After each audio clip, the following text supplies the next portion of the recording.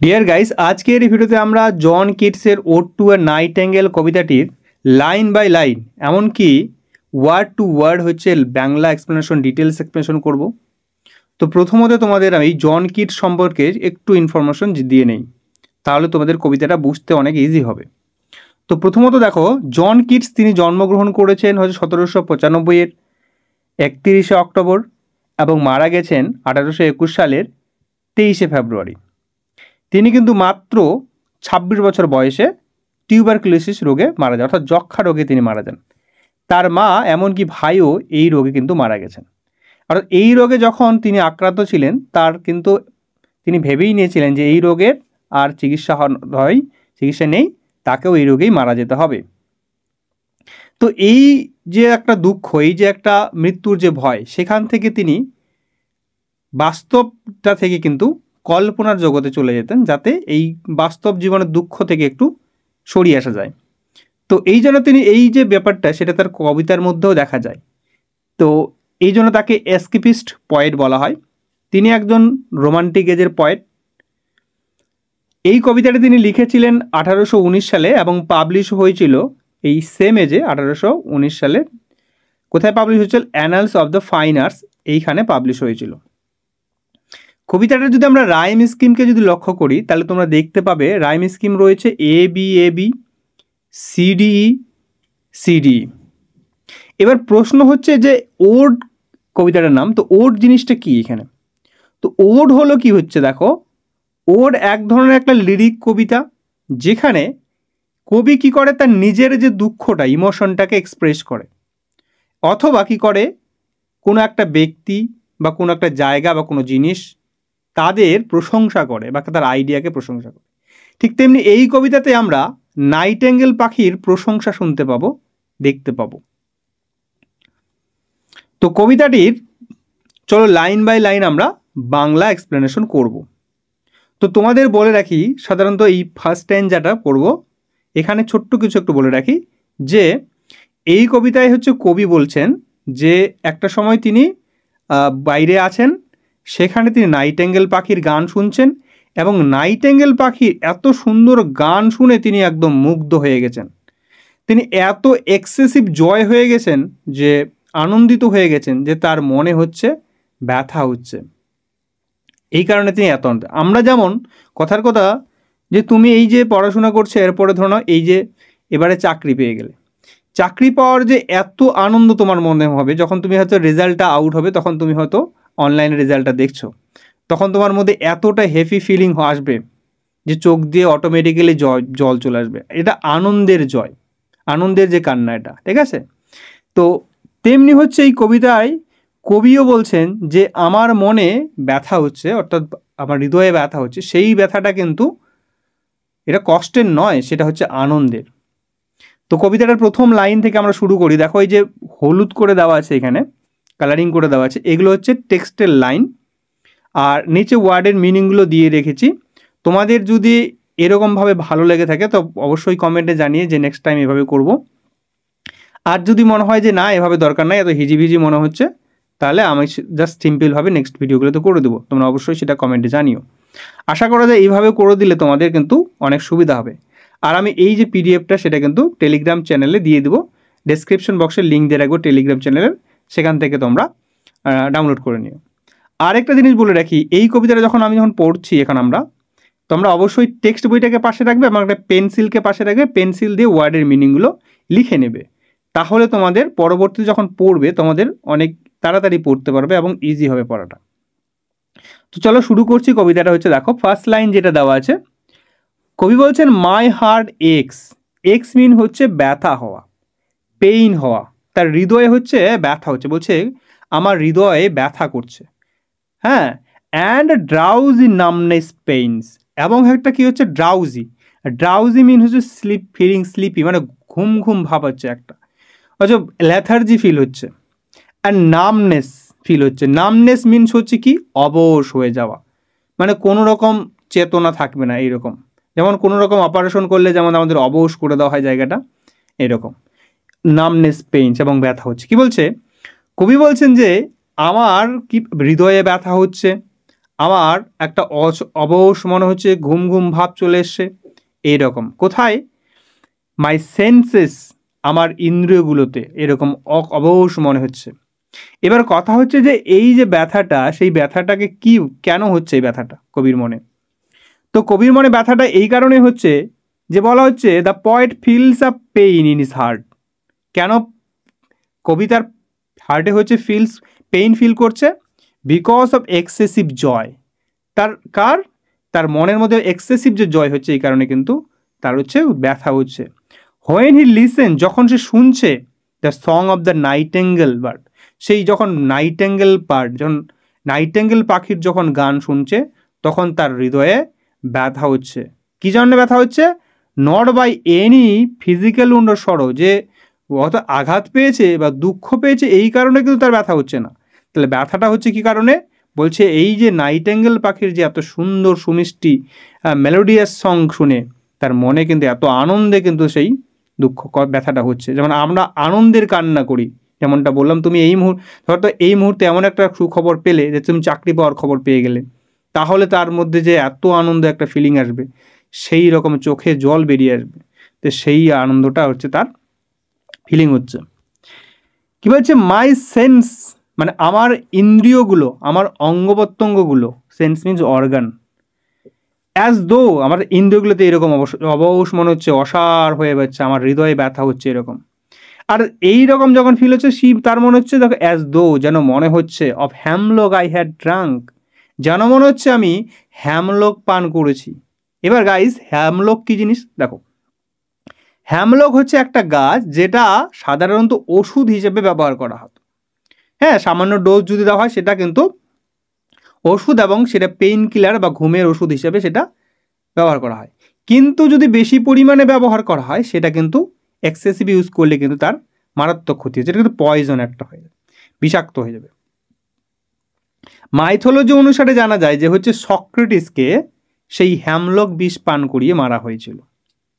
হ্যাঁ, এবং কি দেখা যায় গ্রিক মাইথোলজিতে যে বিভিন্ন যে গডেসগুলো, তারা কিন্তু এই হ্যামলক পান করতেন। তো এই রকম মনে হচ্ছে যে কবির মনে হচ্ছে এই যে নাইটেঙ্গেল পাখির গান শুনে মনে হচ্ছে যে তার একদম মাতাল হয়ে গেছে, তার একদম অর্গানগুলো কাজ করছে না, ইন্দ্রিয়গুলো একদম শূন্য হয়ে গেছে, অবশ হয়ে গেছে, যেন হ্যামলক পান করলে যেই অবস্থা হয় ঠিক সেই রকম অবস্থা তার হয়ে গেছে। নেক্সট লাইন কি বলছে দেখো, অথবা অর এমটিড সাম ডাল ওপিয়েট টু দ্য ড্রেইনস, অথবা মনে হচ্ছে, অর্থাৎ হ্যামলক পান করেছে, অথবা তার মনে হচ্ছে এমটিড মিনস হচ্ছে ড্রাঙ্ক, পান করা, সাম ডাল ওপিয়েট মিন ওপাম মানে হচ্ছে আফিম আর কি, টু দ্য ড্রেইনস মিনস হচ্ছে একদম শেষ পর্যন্ত, একদম তলানি পর্যন্ত, একদম লাস্ট বিন্দু পর্যন্ত তাকে শেষ করে দেওয়া একদম। ঠিক আছে?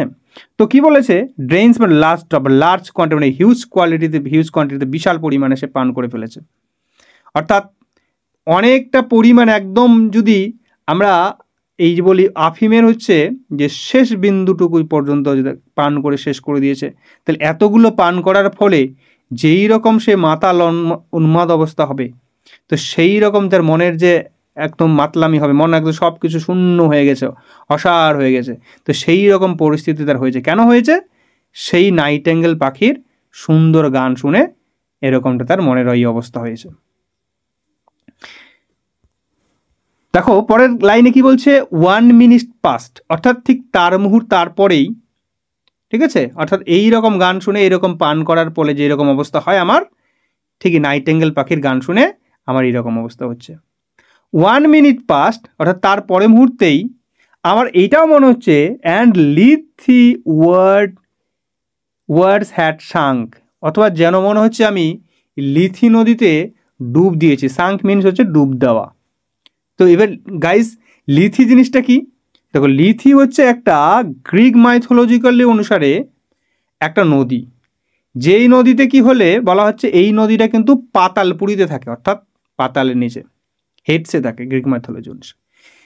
এই নদীতে বলা হয় যখন আমরা মারা যাই, সে মারা যাওয়ার পরে যখন একটা আমাদের আত্মাটা যখন কি হয়, আমরা পরের জন্ম একটা লাভ করি কি না, তো বলছে আমাদের মারা যাওয়ার পরে আমাদের আত্মাটা যখন এই নদীটাকে পেরিয়ে যেতে হয়, এই নদীটাতে স্নান করে এবং এই নদীর জল পান করে তারপরে যা হয়। কারণ আমাদের এই জন্মের যে যত স্মৃতি ছিল, যত কথা, যত কিছু স্মৃতি, সব কিছু ওই নদীতে স্নান করলে ভুলে যাওয়া হয় এবং এই নদীর জল পান করলে ভুলে যাওয়া হয়। তো বলছে আমার মনে হচ্ছে এই গান শুনে, এই নাইটেঙ্গেল পাখির গান শুনে যে মনে হচ্ছে আমি সব কিছু দুঃখ কষ্ট সব কিছু ভুলে গেছি। আসলে এই লাইনটা থেকে আমরা যে কবির যে এস্কেপিজম ব্যাপারটা, সেটা কিন্তু একদম চরমভাবে বুঝতে পারি।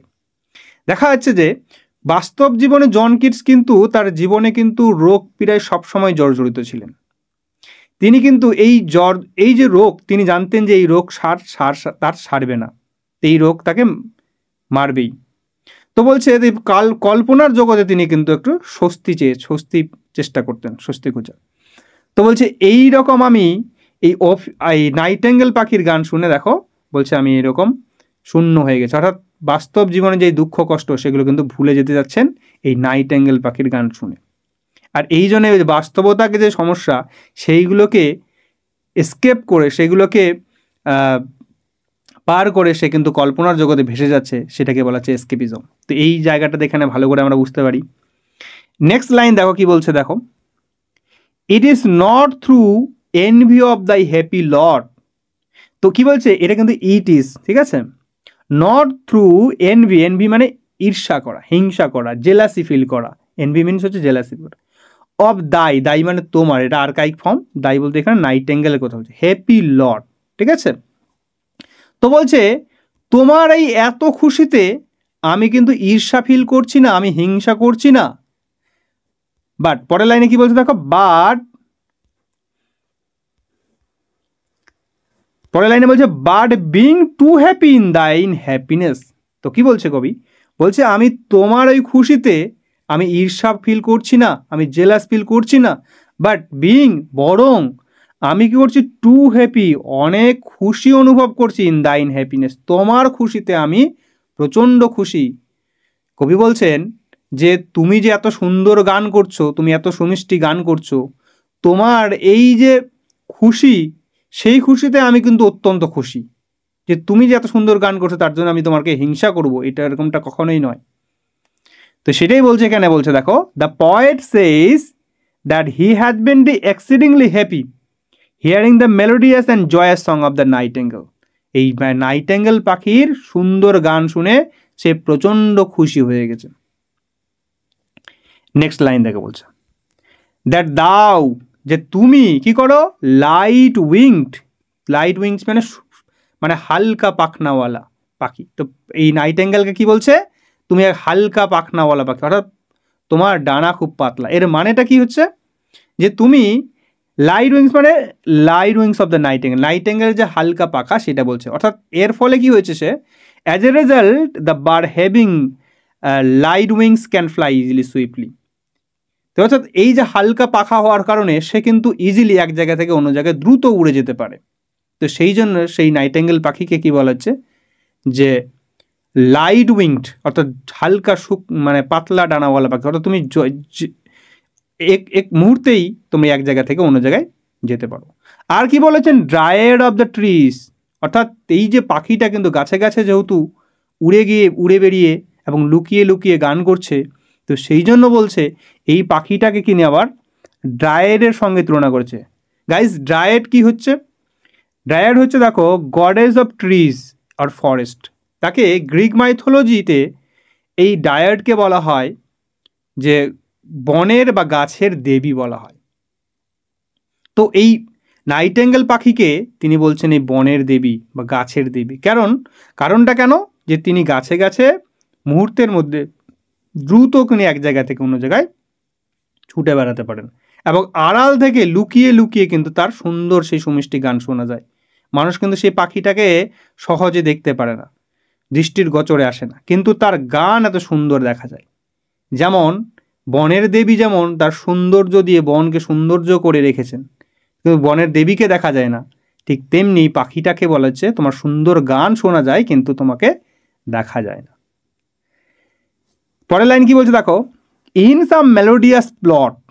তো তো বলছে তুমি সুন্দর গান করো কোথায়? এই মেলোডিয়াস প্লটে, এই সুমধুর ভূমিতে। তো গাইস এখানে মেলোডিয়াস প্লটটা হচ্ছে কি দেখো, কেন প্লট মেলোডিয়াস বলা হচ্ছে? The plot was overflowed with sweet musical sound. তো বলছে এই যে ভূমিটা সেটা তোমার গানের সুরে একদম একদম মোহিত হয়ে গেছে তোমার গানে। গাইস এই যে মেলোডিয়াস প্লট, এটা কিন্তু একটা ফিগার অফ স্পিচ যদি বলি তাহলে এটা ট্রান্সপারেন্ট এপিথেট। ট্রান্সপারেন্ট এপিথেট কি জিনিস? যে আসলে দেখো আমরা যদি বলি যে ভূমিটা কখনোই কিন্তু মেলোডিয়াস হতে পারে না। ভূমিটা কি মেলোডিয়াস হতে পারে? যে পাখিটা গান করছে সেই পাখির গানে সেই জায়গাটা বলছে মেলোডিয়াস হয়ে গেছে, কিন্তু জায়গা তো মেলোডিয়াস হতে পারে না। যেমন ট্রান্সপারেন্ট এপিথেটের উদাহরণ যদি বলি, ওয়েরি ওয়ে, ক্লান্ত পথ। পথ কখনো ক্লান্ত হয় না, যে লোকটা হাঁটে সেই ক্লান্ত হয়। আবার বলে যে লেবোরিয়াস ডেইজ বলা হয়, যেমন পরিশ্রমী দিন, অর্থাৎ দিন কখনো পরিশ্রমী হয় না, যে কাজ করে তাকে তার জন্য সেটাকে লেবোরিয়াস বলা হয়। তো এই ক্ষেত্রে এইটা হচ্ছে ট্রান্সপারেন্ট এপিথেট। নেক্সট লাইন কি বলছে দেখো, of beechen green and shadows numberless. এই পাখিটা, এই নাইটেঙ্গেল পাখিটা কোথায় গান করে? Of beech and green. Beech and green means হচ্ছে কি দেখো, the bird is singing from the plot which is overgrown with beech trees. বলছে তুমি এই সবুজ ভূমিতে, বীজ গাছের এই সবুজ বাগানে তুমি গান করো। হ্যাঁ, এই জায়গাটা সুন্দর সবুজ ঘাসে ভরা বীজ গাছের যে বন, সেখানে তুমি গান করছো। আর কোথায় গান করছো? আর শ্যাডোস নাম্বারলেস। শ্যাডোস মিনস হচ্ছে ছায়া, নাম্বারলেস মানে অসংখ্য, অর্থাৎ এই যে গাছের ছায়ায় লুকিয়ে লুকিয়ে তুমি গান করছো ছায়ার মধ্যে। আর গান করছো কিভাবে সেটা বলছে, সিঙ্গেস্ট অফ সামার, গ্রীষ্মের গান করছো, অর্থাৎ সুন্দর গান করছো, ভালো গান করছো। Singest of summer in full throated ease. Full throated means কি গাইস? লাউডলি। ফুল থ্রোটেড মানে হচ্ছে একদম লাউডলি অ্যান্ড হার্টিলি, অর্থাৎ জোরে আওয়াজ করে, হার্টিলি ভয়েস মানে জোরে আওয়াজ করে, উইদাউট এফোর্ট। ইজ মিনস হচ্ছে আরাম বা স্বচ্ছন্দে, একদম আনন্দে গান করছে, কোনো এত এফার্ট হচ্ছে না, তার কোনো কষ্ট হচ্ছে না, তার গলা ছেড়ে মন খুলে গান করছে। আর এই মন খুলে গান করার জন্য এই যে ভূমিটা কি হয়েছে? মেলোডিয়াস হয়ে যাচ্ছে। আর এই রকম গান শুনে কবি বলছেন আমি একদম মোহিত, আমার হৃদয়ে ব্যথা করছে, কারণ আমি অত্যন্ত খুশি, অত্যন্ত জয় ফিল করছি তোমার এই গান শুনে। তো গাইস এই ছিল ফার্স্ট স্ট্যাঞ্জাটা। এবার যা আমরা পড়লাম সেটাকে একটু সামারি হিসেবে দেখে নিই, তাহলে তোমাদের একটু আরও বুঝতে ইজি হবে। দেখো কি বলেছে, ইংরেজিটা দেওয়া আছে, তার নিচে বাংলাটাও করে দিয়েছি। দেখো বলা হচ্ছে দ্য হার্ট অফ দ্য, সামারিটা যদি বলি, ফার্স্ট যে স্ট্যাঞ্জার রয়েছে সেইটার ফার্স্ট, তার কারণে সামারিটা যদি বলি কি বলেছে দেখো, the poet of the heart aches and drowsy numbness pain in his senses as he listened to the song of the nightingale, and he feels as if he had drunk hemlock or drained the cup of dulling dragger plunged into Lethe river of forgetfulness. The reason for this is not that he envies the bird of its happiness, but that he himself feels excessively joy to listen the joyous, glorious song among the green beech trees of the bird.